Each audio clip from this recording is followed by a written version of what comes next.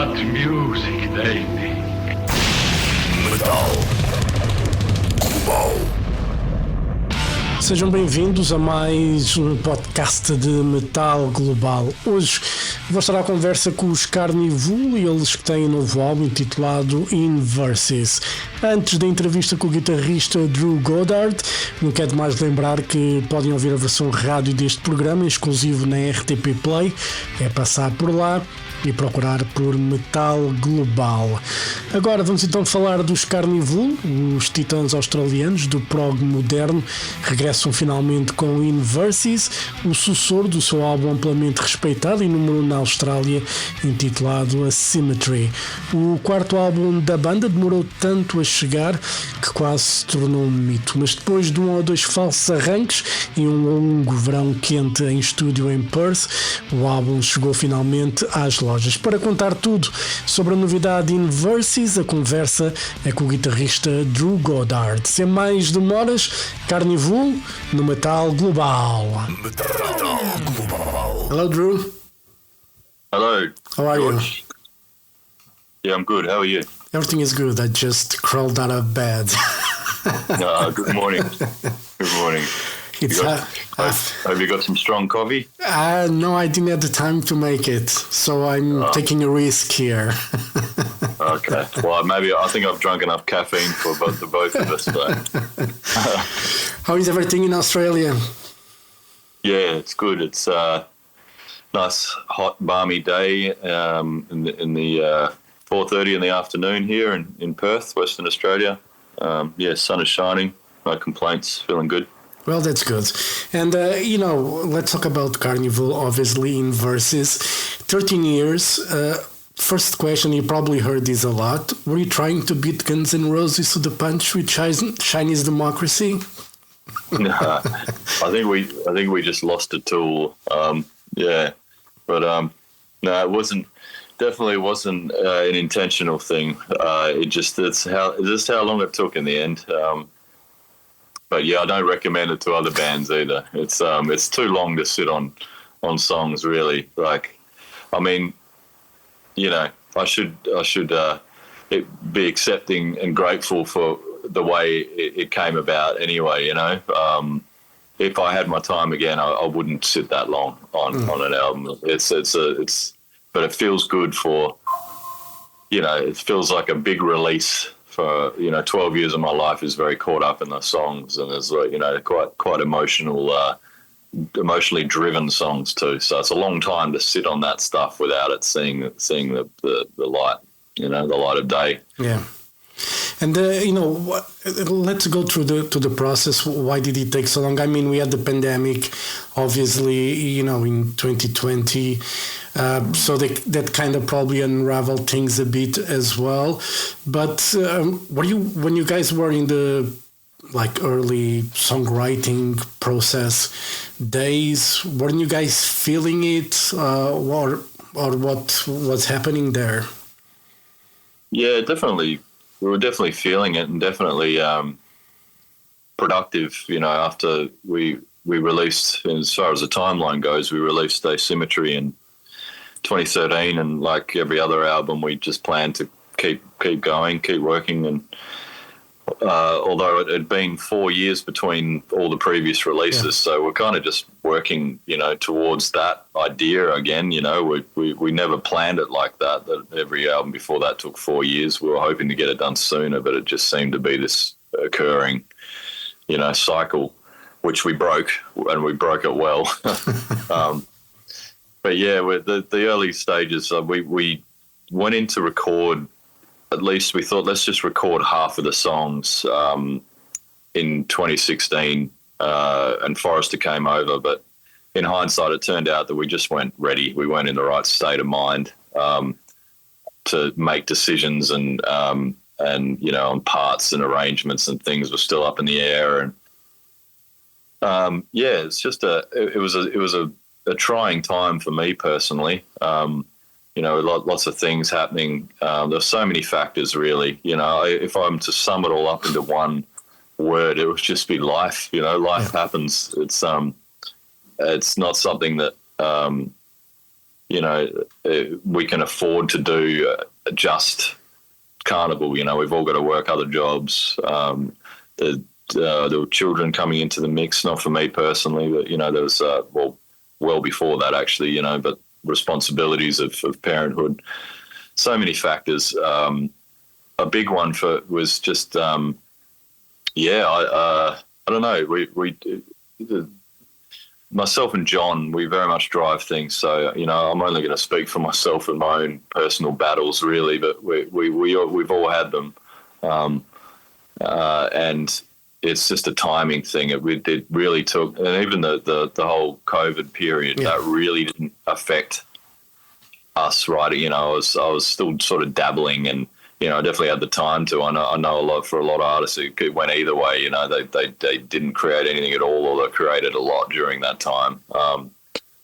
And for me personally, I moved out to the desert, in a little town called Coolgardie. It's an old ghost town. I was doing a lot of work, and I continue to do a lot of work out in communities out there, and just mentoring and teaching and social things involving music, basically, in places like Leonora and Laverton and Warburton and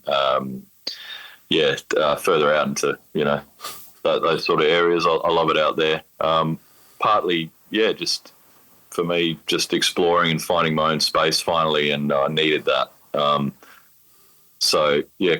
2023, when we did that Sound Awake decade, more like 12 years after, the time that the COVID restrictions had gone away and we could actually do it. We did that tour, and I was in better personal health at that stage, and it felt good. It was like, this band is playing like the best we've played, I think. We just had a great time. So that was a real motivating factor then, and plus, getting back into a better financial position for the band, where we could afford to put myself and John for a start just at the end of the 2024. We put it, into just doing that, mostly that. And then, which is really what I needed. Just I moved back to live in the city for a while. I'd much rather be in the country. I love it out in the countryside, but I know I got to be in the city for. I'm grateful either way. Yeah. Perth is a great place. It's so I don't know how many. There's so much happened in that time, and so much. There's certain things, certain detail that I'm happy to share. Some a bit personal. Some of the health battles and things like that. That at some stage I may share, but it's all. Contained in the music. You can kind of hear everyone's struggle, and I don't want to amplify it. We're very lucky living the lives, and everyone struggles. I find it's just very related to them. There's no point comparing anyone's plight or the opposite. But I think you need a bit of struggle if the music you're writing is kind of Karnivool's music. To me, it's always sort of sounded like overcoming struggle, like finding, some your way through adversity. So maybe we might just need a sprinkling of that in our lives in order for it to be what it needs to be, Yeah. I don't know. Sometimes the spark comes from struggling and from more difficult times, when it comes to creativity, sometimes it's a good escape for you when, you're going through a hardship or something, and that kind of sparks the creative side. I mean, it makes you have to survive, you have to overcome it. I mean, I find though, for a lot of people, if they're struggling, and if I'm having a hard mental health time or I'm just there's grief or there's, just in a bad mental state, I just can't write, I just feel like I can, but it's really the after the fact. It took me to be in a much better headspace to be able to even begin to tackle finishing the album. I think I can create things and sort of ideas and sparks when I'm down, but I need to work on basic things, you know, in order to get me to a state where I can tackle those, you know, like Karnivool's problem solving, you know, and I can only problem solve one thing at a time, you know, and there were a lot of things I felt like I had to sort through, but finishing the album was one of them. So it kind of came hand in hand, and it feels like extra cathartic, this one. Having finished it finally.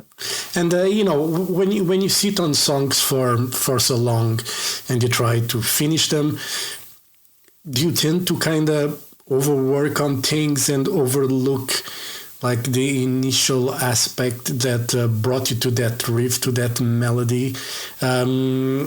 Because, you know, depending on the artist, I talk with a lot of people, and sometimes when they have an initial idea that's really great in their head, and then they just work on the song, the initial idea just is gone out of the window, and it becomes almost like a chore to try and finish what they initially started. How is with you? It's okay to sit on a song, on an idea for a long time and work on it constantly, or you need to have like a space and leave it out for a bit? Well, I think Karnivool's a sort of, oh, sorry, mate, 2 secs, riff, get out, come on. Yeah. Sorry, that's my friend's bulldog. Yeah, I love him to bits. His name's Riff, but he's very, very distracting. He just wanted some scratches and kept on. It's okay. Yeah, it's the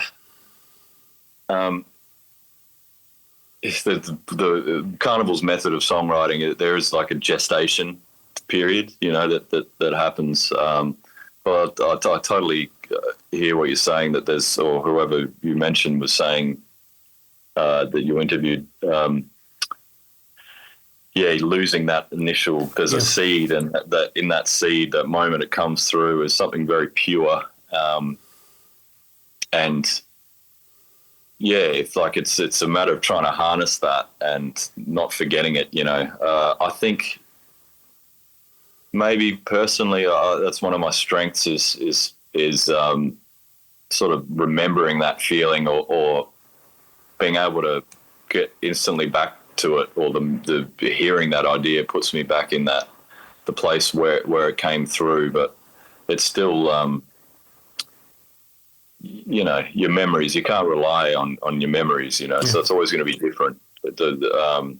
But trying to, act on that as much as you can, you know, but there's no way, you know, it's just a different sort of beast writing a Karnivool song than it is, you know, like, I mean, like, you know, this, say the Beatles, I know John Lennon was always, you know, telling George, you know, you got to, when you get that idea come through, just finish it there and then, you know.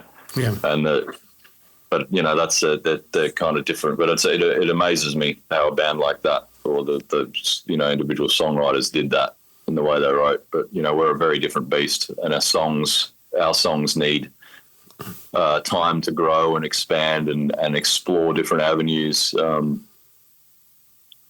then so I guess be hammered back into shape without forgetting that initial spark that made it special. But to be honest, it's never the same. It's never like my original idea for remote self-control. It's like the essence is there, but it's nothing like I thought it would end up. But it's sort of similar, you know. And in some ways, it's probably better than, you know. I mean, there's Who knows? But when it's still a mystery to me. Yeah, but when you work in a group, and you know, when you work with a band, it's kind of, you know, everybody has their input, everybody has their idea, and when they're listening to your idea, they're probably listening to something different that you're listening in your head. So, you know, obviously things tend to kind of move in a different direction. But for you, like when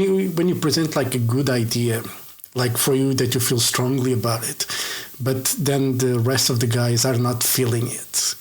How does it feel for you thinking that you have this probably best riff ever, and the other guys say, no, I'm not feeling it. It doesn't happen very often, to be honest. Like, I mean, generally the guys that, but it sort of doesn't. I mean, it's not like I create something and then present it quite like I do sometimes, but I'll I'll write the drum parts, and like a song like Remote Self-Control was like that for I kind of came up with the guitar. It was born out of the song Azora, actually. It was just sort of messing around with that drum beat, and I came, with that, there's like a drum beat in the middle section and of Azora that I kind of started messing around with some permutations of that, which turned into the drum beat for the start of Remote Self-Control. So that was like a drum beat that I came up with, and sorry to Steve, it's such a menace to tackle that. That sort of energy for the whole song through, but he loves a challenge, and he's like a way better drummer than me. So he can actually pull that off. It's sort of just theoretical, and like I'm getting it down and putting I strung a series of sections together, including the melody, but then Kenny came in and took the Remote Self-Control line and, got meaning out of that, like dissociation or something. I sort of took from it in the end, but that I never saw that phrase like that. That's pretty much all I had, was that lyric, and completely different lyrics with that melody, but he took it somewhere else. And that's the nature of collaboration that I think is wonderful. But sometimes the guys will, I think there's a certain idea that, that usually we're all on the same page, okay. But very rarely that I've put something that the guys say, I don't really like that, or we at least try to work on it and workshop it a bit, and then usually if there's some songs that the guys like might be more into, we should work on this one, and sometimes it's sort of like it's a bit frustrating because sometimes it feels like the one that I'm more interested in gets focused on more, So it's a hard dynamic being in a band with 5 creative minds. It's it's the nature of being in a band. Yeah, and still trying to figure it out. It's a ongoing process, I guess. It's it's a non-stop thing.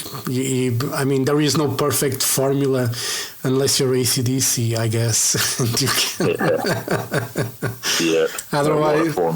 Otherwise it's always an ongoing process, and being creative, it's not easy. It doesn't happen every day, You're not always feeling it. And on this record, you guys got Guthrie Govan as a guest on the song Reimagination. Reanimation, sorry. How did he came about? I mean, asking Guthrie is such a busy guy, but how did it came about, this opportunity to have him on the record?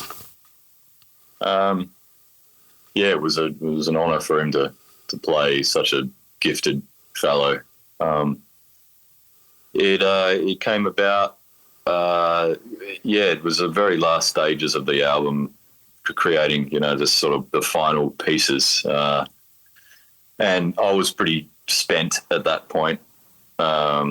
And we weren't even sure if it needed a lead. We had this other vocal kind of sung choir sound as a possible thing that we were going to use there, but it was like, I'd like to have a solo here. And I tried a few things. It just didn't sit, sort of I kind of did a vague melodic kind of painting. It was more just a comp of separate ideas that I thought that line could work there, and I could, but it was horrible. I wouldn't share it with anyone. And then I was absolutely like, when Forrester told me he sent that to Guthrie, I'm like, no, you didn't send that. But, he sort of, he said, okay, yeah, and he understood the assignment. I guess it helped him in a bit, along with a little bit of prompting from us, but not much, just, so I fast forwarded a few bits here as to how that came about, but I'll backtrack a little bit. we just decided we should ask someone to try something, and we had a few people on the short list that we thought might be interested. But yeah, Guthrie was a big candidate, and Forrester had worked with him and knew him, and we actually went and saw the Aristocrats when they came to Perth. We were recording, and they chucked us on the guest list, and we went down, and so we knew them through Brian Bella and John, bass bros, Guthrie also had a bit of a inspiration on the album in another way, because I heard an interview with Hans Zimmer, being interviewed by Rick Beato. Who talked about the bagpipes on the Dune soundtrack, and how they were actually Guthrie playing it on his guitar, and so that gave me the idea to, we had the idea before that of wouldn't bagpipes sound great, but then when I found out I could just turn my guitar into a fake version and at least hear what it sounded like, so I did that thanks to Guthrie as well. So it was an honour to have him on the album, and I think the song he did played a beautiful passage. So the only prompt I gave him was just the section beforehand sounds like someone about to have an anxiety attack or something, feeling alone in a crowded place is the lyrics. So we just need a release when it goes to that, and it's like the dam breaks kind of thing, and he just went for a Gilmore. I think he was questioning himself so much, just back and forth on emails, because we're on different time frames and we couldn't line up and chat like this. So, I'm waking up next day and he's like, "Oh, okay, here's another edit of an edit, and he's just, it sounded amazing from the start, but we sort of went back and forth and just a little bit, but it was good to see that even amazing, virtuoso players like that have that side, that they're, but I guess that's what makes him, because he cares. Yeah. Well, I guess if you're going to work on someone else's album, I mean, you don't want it to suck or to be, you wouldn't want not to be happy about it, and not just because, I mean, I know probably some, guitar virtuosos probably just throw in a solo first take. I mean, if they can do it perfectly at the first take, it's amazing. But, sometimes just it's good to see that he put thought into it and was doubting himself. It means that he was really trying to do the best he could for the song and not for himself in that way. So, well, I mean, he doesn't need to do a, play on the Aussie, Australian prog band's album, but, luckily he must have connected with the song, otherwise, and just thought it was a worthy challenge, I admire him as a musician and a human. And the way he teaches too, he's just an engaging, wonderful character. Yeah, and the Aristocrats are very fun to watch live. I mean, fun and funny as well. Yeah, absolutely. They're playing here, I think it's in May, I guess, in Portugal. So it's going to be fun. It's like the third time I think they're coming. So it should be fun to watch anyway. And speaking of that, you guys are coming to Europe as well, April and May. You guys looking forward for the tour? Absolutely. Yeah, can't wait. Unfortunately, we've never made it to Portugal or Spain. I've been there personally, but I'd love to play those places and anywhere else we haven't played. But people travel as well, which we're grateful. We have a lot of people just coming and seeing us from all over the world. So, we're really looking forward to that. We love getting over there and diving back into the bunk beds in the bus, I depend on the bunk bed. I've seen tour buses where you have like a hand, if that much, like from the top, from the ceiling, and I'm claustrophobic. I could never. I would need space to move around in a bed. I couldn't. I don't know how you guys manage sometimes with those really tiny coffins, whatever they are. A bit coffiny, aren't they? Yeah. I don't know. I kind of a little bit. Like it takes a little bit of getting used to it for me, but I do get used to it. Like by the time I've finished the tour, I usually kind of miss the feeling of the road. You know, so your body gets used to that, and it's sort of like the gentle hum of the road. Yeah. If the driver's a good driver, which they pretty much all the time they are. We've been very lucky, but you know, it's it's a different lifestyle, but it's only for a little while these days. You know, 4 or 5 weeks tops these days with parents, you know, and all that sort of stuff in the band. No one's really keen to be away longer than that. And set list wise, how many songs do you think you guys are going to play from the new album on this tour? It'll be pretty heavy, selection from Inverses.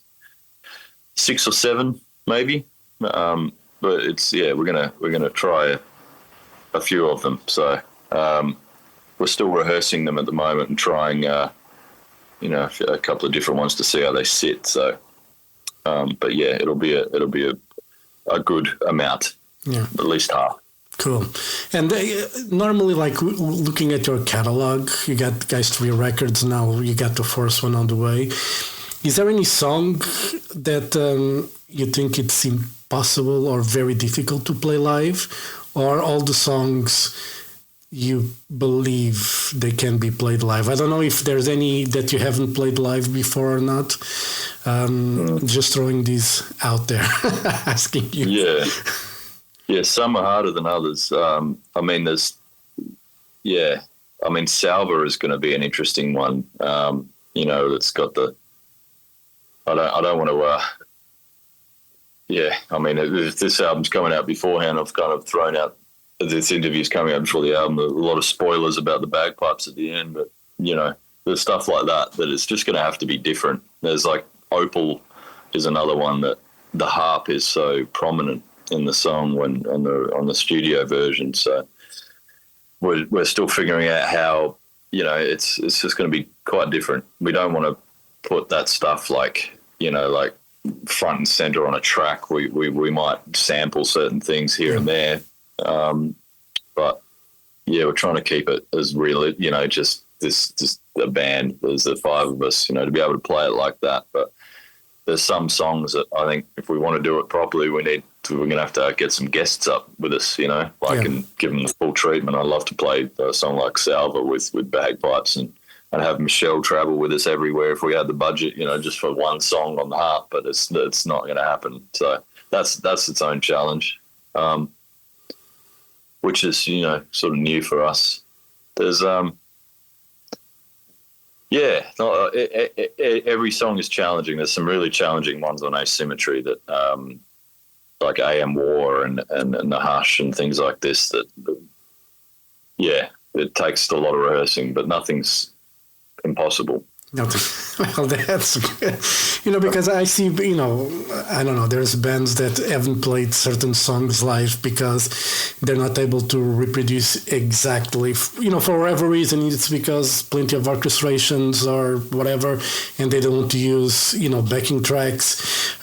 Is that something that you guys are against in a way? I mean, you would prefer to have a person there to play, those parts live, but are you fully against like using like a backing track for that, or? No, I'm not against it. And I don't judge other bands if they, but I guess when it comes to it being like the tracks are just so there, and it's almost like the parts they're playing are supplementing the tracks. That's when I have a problem with it. When it's like, it just doesn't sound real. But if there's tracks in there that, if it makes it better, then, it makes you believe in the song to be able to play it live, Because not every band is, like that sort of guitar, bass, drums, vocals, and then there's things like it's just not feasible to have a travel with a harp player is just going to be on one song, and then there's keyboard lines that we're going to have to, who's going to play that live because John's got to do the bass. We don't think of this stuff when we're recording it, we're like, shit, we got to figure it out. And we do rely on the tracks for things, it's like, but it's to supplement. Like there's a lot of the sounds, like those kind of character sounds that add that we run tracks, but when it gets into vocals, and we have done that in the past, run vocals and some guitar lines, but I don't feel good about it. I'd rather do it without any of it, but sometimes I feel like it is the best way. It's just but a band like Tool, they play completely off the click. Yeah. So mad props for them. if a band in this day and age, they're coming from the more old school. Yeah. But more and more, you're seeing a lot of festivals. I'm just saying that there's a lot of tracks. A lot of bands running a lot of tracks. So it's a juggling act for us. I'd prefer to have no tracks at all and just be and full punk rock ethos, but it doesn't work. I mean, it does, but maybe people can decide if they like that stripped back Karnivool. Well, we're keen to do some more acoustic shows and that sort of thing to just play, strip it back even further, and because I love hearing the songs naked like that too. And the thing about a lot of those bands that use tracks or backing tracks, those are the ones that normally have more issues when playing in a festival. I've gone to festivals, and if there's a delay, it's normally because of a band that use a lot of backing tracks and they cannot get it, on the system for some reason. I don't know why, but I've seen like a few bands, they got their set delayed because some of the backing tracks couldn't get through. I don't know why. Well, I mean, we're at a point where if the tracks died, we've been at that like that for ages, and it has died a lot at shows, but we can still play the songs. Not to the point where we have to like, oh shit, we don't. I think that's a problem. If we don't have that redundancy set up, and you don't have a backup plan to be able to play the song, then I think there's an issue. You might be relying on tracks a bit too much. But yeah, it's new for me, this tour as well. I'm experimenting on the shows coming up with running a lot more on the quad cortex, for the ease and financial benefits, obviously, of traveling with a whole lot less kilograms, which is so expensive to tour these days, especially since the COVID stuff. The freight prices just went crazy. So, but yeah, I feel like I'm donating my autonomy to a machine a little bit, in the way that we're programming in a bunch of my effects changes, which is a bit of a double-edged sword. It's also making me play a lot more precise and focus on my playing and my singing a lot more. So I'm experimenting with that, and hopefully I'll find some kind of balance. But I wouldn't be able to do any of that, if we didn't have a click track. Yeah. So, and Steve loves a click. he can move on and off it like really well. He can push and pull when he needs to and make it sound natural. So cool. Yeah. All right, Drew, before we go, and we are running out of time anyway, probably going over time, how is the Australian scene musically? We look at the map, Australia doesn't seem as big as it actually is, which you guys are a continent, you guys are fucking massive, but how is the music scene there at the moment? I can only speak to the tiny fraction of what you call the scene that I'm aware of. I do feel like a little bit of an out of touch, old aging man, a little bit these days. But it's healthy, for what I'm seeing coming up and through. There's and in Perth, there's lots of excellent bands coming through, and scenes forming, and just being down at rehearsal rooms and meeting some younger musicians and bands, and seeing the amount of shows they're doing, and have that drive and the eagerness and the joy for what they're doing is good to see. There's always something bubbling away down here. But you're right, it's a big place, so we're very isolated from the rest of it over here, and I further isolate myself when I spend half my time out in regional places. For at least from I don't feel isolated at all, though. I feel very connected out in the country. But there's lots of good things happening. I love metal band like Low.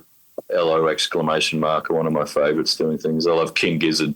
They're continuing to blow my mind and make every other band look lazy. Cool. Drew, thank you very much for your time. All the best for Karnivool, and good luck for the European tour. Hope it goes well, and hopefully that will open, an opportunity for you guys to come to Spain and Portugal, because we are in Portugal, we are at the end of Europe. So if you don't play Spain, you won't play Portugal. Yeah, that's right.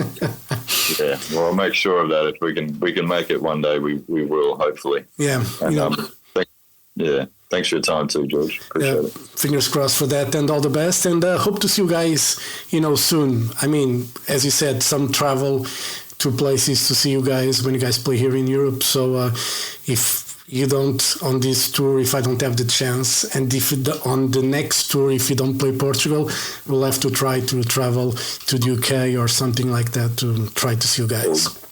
That'd be great to see you. So right. I'll put in the word for Portugal and Spain. Yes. All right, Drew. Thank you very much. Have a great evening, and hope to see you soon. All right. Thank you so much. That's a great Thank day. you. Thank you. Thank you. Bye.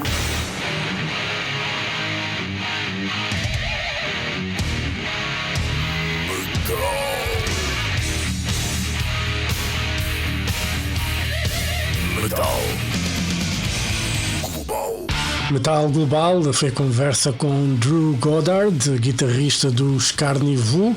O novo álbum Inverses já está disponível, é um excelente regresso para os australianos, passado tanto tempo de Asymmetry, mas finalmente temos então o novo álbum dos Karnivool nas lojas.